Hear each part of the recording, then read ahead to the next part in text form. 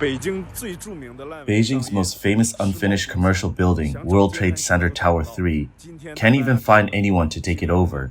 Today, I'll show you how bleak the business is inside. The location is excellent, just across the street from Sanlitun, less than 100 meters away in a straight line. Plus, if you look over there, you'll see the newly opened Workers' Stadium and the subway station. Let's take a look inside. The entrance of Urban Revival looks quite magnificent. On the first floor, most of the shops are closed, with only a few open for clearance sales. The sign behind me saying "Opening Soon" has been there for 4 or 5 years without change.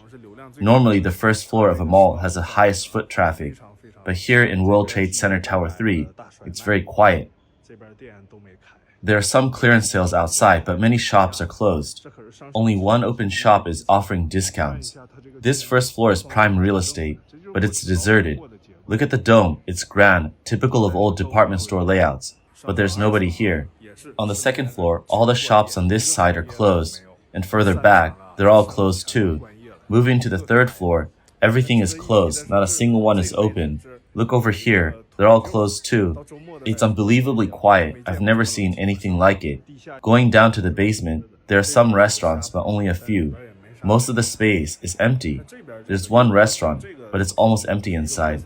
I came after work in the evening, walked around the mall, and felt like there were fewer than 100 people in the whole place.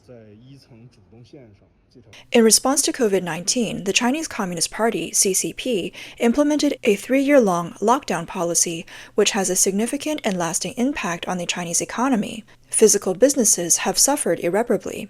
Retail stores across mainland China are struggling, and many have shut down. Even large department stores in Shanghai are facing the situation. Just how bad is the physical retail business now? Let's take a look at Central Shopping Mall in Lujiazui, Shanghai. Basically, there are hardly any customers in such a large mall. The people you see are all salespeople. It's empty, and the people you see are all behind the counter. The TSF Shopping Center, which opened at the end of 2023 in the prime location of Jiading District, Shanghai, has surprisingly few customers despite its unique design. In terms of dining options, apart from a few cafes, only Master Bao's pastries seem to attract some attention. Across the street, Taipei-style street, now renamed Polyyue City, has only a few shops like Starbucks and McDonald's open for business. Even the only cinema has closed down. These two malls, located in prime locations, are now so quiet, which is truly lamentable. China's physical businesses continue to endure a cold winter. Retail and restaurant owners lament online. Running a small store loses a little money. Running a big store loses a lot. This is Wangfujin core area's most upscale shopping mall, Wangfu Central Plaza. It has only been open for a little over 6 years. It is now the evening of the April Qingming Festival. It's a little after 6 p.m. You could see a 360-degree view, and the entire mall gives the impression of being empty and lifeless. Looking from here on the ground floor, each of the 4 floors is virtually empty, except perhaps for the high-end luxury stores that don't need to pay rent. They can make it. It's mealtime, but even the dining areas are empty, with no need to queue. Perhaps the restaurants are too high-end. This is the Oriental Plaza in Wangfujing, opened by Hong Kong tycoon Li Ka-shing. You can see it's slightly busier, but not by much. If it's like this during the holiday season, imagine how deserted it is normally. Most of the people hurrying past are taking the subway, not shopping. Has Wangfujing really declined? Does anyone know what's going on with Beijing's World Trade Center Mall? I finished dinner and came out before 7 o'clock, but there wasn't a single person in the mall, which covers thousands of square meters. Is this still the bustling, crowded World Trade Center Mall it used to be? I don't remember it being this empty even during the pandemic. The World Trade Center Mall is located in the core area of Beijing CBD and is a comprehensive shopping center integrating living, entertainment, shopping, leisure, and dining. One of the mall's largest features and symbols is a giant canopy that is 250 meters long and 30 meters wide. In recent years, the mall fizzled out with barely any foot traffic. Many online discussions about the World Trade Center Mall on platforms like Xiaohongshu and Dazhong Dianping focus on the high number of store closures, reduced foot traffic, and the use of cheap advertisements on the canopy. One comment stands out. 13 or 14 years ago, I told my classmates that when I made big money, I would treat them to a meal at the Golden Leopard. Now the Golden Leopard has closed down, and we have grown old.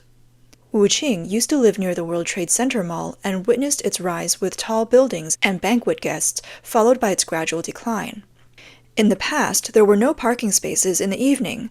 To grab a parking space, you needed to come here at 3 or 4 in the afternoon. Unexpectedly, now there are only a few sit-down restaurants, and the other shops are all empty and have closed down. In order to retain customers, the World Trade Center Mall has undergone several renovations, but foot traffic has not been ideal. Many owners agree that business is even harder this year than in previous years. Is it the end of physical stores? This one has closed, and that one has closed too. This is my store, and there's no one. Almost all the stores on this street have closed. Compared to last year, this year's restaurant market seems even more brutal. According to official data, in the first quarter of this year, 460,000 restaurants closed, more than double the number from the same period last year. This is obvious in the intense price war, from coffee and tea drinks to noodles, fast food, and meals. Businesses are resorting to price cuts, meal deals, and discount group purchases. The price war not only disrupts the restaurant ecology, but also accelerates the wave of closures. Recently, a hot pot restaurant owner in Chongqing posted a video on Douyin saying, Close down again, guys. I've closed down. I tried education closed down. Tried catering closed down. I invested 1 million in this store, struggled for a year, but can't hold on anymore. I really don't want to close the store, but I have to. Can't continue, need to transfer. Too much loss last year. Planning to close and cut losses in 2024. After all, this year is too difficult. No business all day. Only selling a little over 100 yuan a day. Look, it's 8 o'clock in the evening now. Not many shops open on the whole street. No customers either. Not only my store is holding on, the shops next to it are almost all closed. As spending slows, the high-end catering industry has been hit the hardest. In Shanghai, for example, Xiao Liu, who works in shopping center operations, revealed that a high-end Cantonese restaurant with an average spending of 1,000 yuan per person officially closed in April this year. The restaurant closed in less than half a year from opening. The high-end restaurant Osteria is also about to close. Osteria is a seafood restaurant that has been operating for 15 years. Located on Shanxi West Road in Shanghai, it has an average spending of about 500 yuan per person. Redmeal.net recently learned that the restaurant plans to officially close on May 30th. Shanghai's high-end catering industry has experienced a significant contraction in the past year. Data from Redmeal shows that as of May 10, 2023, there were about 201,570 catering establishments in operation in Shanghai, with high-end restaurants with an average spending of 500 yuan or more accounting for 1.35%, and those with an average spending of over 1,000 yuan accounting for 0.31%. There were more than 2,700 high-end restaurants with an average spending of 500 yuan or more in Shanghai. As of April 19, 2024, the proportion of catering establishments with an average spending of 500 yuan or more has shrunk significantly, from 1.44% to 0.8%, with a decrease of more than 900 establishments. Some insiders in Shanghai's catering industry believe that due to the long-term economic downturn and the increasing uncertainty of the CCP's politics, not only are wealthy Chinese emigrating abroad in large numbers, but more and more foreigners are also choosing to leave Shanghai, leading to a major reshuffle in Shanghai's high-end catering industry. Recently, merchants in many parts of China have revealed that various industries are in a deep slump. Many owners of physical stores are heavily in debt and are harassed by banks every day for repayment. Some people rely on credit card overdrafts to survive, and life is extremely difficult. An anonymous merchant in Xuzhou, Jiangsu province, said that many owners are also struggling to make a living and are heavily in debt. He said, This year is even harder than the past 3 years. The economic situation is not good. It's harder to do business than before. I used to have a store in Nanjing selling handmade silk quilts. It's unsustainable. Everything is losing money. Now the competition is too fierce. In Nanjing, there used to be dozens of friends who had stores. Now only 1 or 2 are still operating. The rest have closed. In late April, Mr. Wang, the owner of a noodle shop in Chengdu, Sichuan province, also revealed that there is a wave of closures in various industries in the area.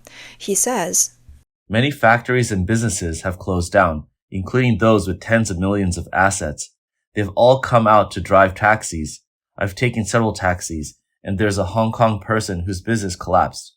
He had no choice but to drive for Didi ride-hailing. And there's a couple, because a small factory collapsed, they have a mortgage and they can only drive for Didi. There are many cases like this. Insiders in the industry revealed that the existing physical stores are still closing down in large numbers. One set of statistics shows that the closure rate of physical stores in China is as high as 93%. Wang Chong, a leading business thinker, said, by 2025, 90% of all offline physical stores in China will close down. There will be no more stores, believe me. Since the end of the pandemic, China's economy has ground to a halt. Consumers are affected by the economic downturn, with declining income, high unemployment, shrinking assets, and downgraded consumption. People are now tightening their belts and making do with their lives. Chiu Wanjun, professor of finance at Northeastern University in Boston, once told Voice of America, under the general loss of confidence in the economic outlook, deflation may be like cancer, and its impact on the economy may be more serious than inflation.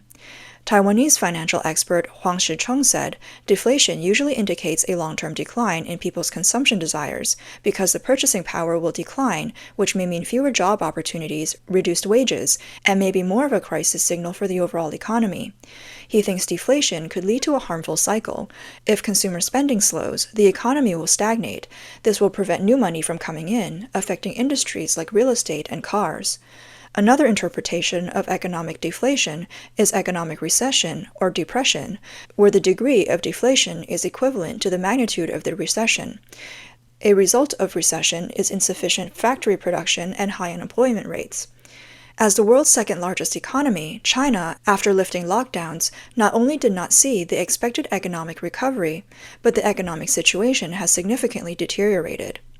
The slowdown is mainly manifested in slowing growth, decreasing population, struggling real estate industry, increasing non-performing loans in stocks, and declining foreign investment. These factors have affected the overall demand for Chinese goods, thereby affecting the manufacturing industry. Overall, the bleak economic picture raises concerns that China may fall into a long-term stagnation.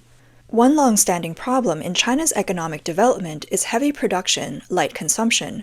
The Chinese authorities have always been accustomed to concentrating financial resources on the manufacturing industry rather than in consumption. The result of doing so is bound to be severe overcapacity, which will further exacerbate inflation and deflation. According to CNBC, Pacific Investment Management Company economist Carol Liao pointed out in a research report that domestic demand in China has led to idle capacity, while leveraging in the real estate and local government financing sectors has intensified deflationary pressure, hit domestic investment, and led to widespread overcapacity in manufacturing. Economist Cheng Xiaoneng, who lives in the United States, told Radio Free Asia on May 2nd that China has always been a country where consumption needs to be downgraded. After the pandemic, Chinese people now eat what's called the poor man's meal deal and leftover food box. Even if the Chinese government has money, it will not be used to improve people's lives or increase welfare. Cheng Xiaoneng said, China's economy cannot be improved through industrial policy to reduce overcapacity, nor can it be upgraded in consumption to create new economic growth. Both paths are dead ends. Given the prolonged real estate depression and no signs of bottoming out in overcapacity, the pressure of deflation in China is likely to persist for a long time. When the economic environment becomes complex, it often leads to the emergence of super black swan events. A black swan event refers to an event that is difficult to predict, but when it suddenly occurs, it will cause a chain reaction and bring about huge negative impacts. On April 30th, an ex-user stated that Beijing has released 7 black swans so far. 3 major issues are causing concern. First, the real estate sector's collapse. Second, the vast and unquantifiable local government debt. And third, fiscal depletion, with a workforce of 70 million fiscal personnel that continues to grow. This number includes many relatives of CCP officials, making the workforce so large that the government is hesitant to investigate or tally it. What will sustain these 70 million personnel? The fourth is the aging society. China's existing elderly population exceeds 200 million, of which 80 million receive retirement wages and 120 million receive a basic monthly pension of 70 yuan. The fifth black swan is the reduction of the manufacturing industry and the employed population in China. Taking Zhejiang province as an example, the employment in the manufacturing industry has decreased by 160,000 in 2023. The sixth is that the food security alarm has been sounded. Currently, China's grain prices are generally 50% higher than the international market, which has seriously affected the living standards of low and middle income people. However, China's grain imports have been growing rapidly year by year. The seventh black swan is the huge group of university students who have nowhere to go. How high is the real unemployment rate in China? It is probably difficult for outsiders to imagine. College students graduate and are unemployed, which will inevitably bring tremendous pressure to social stability and the Chinese Communist regime. Yet it's likely that many other black swans are to follow.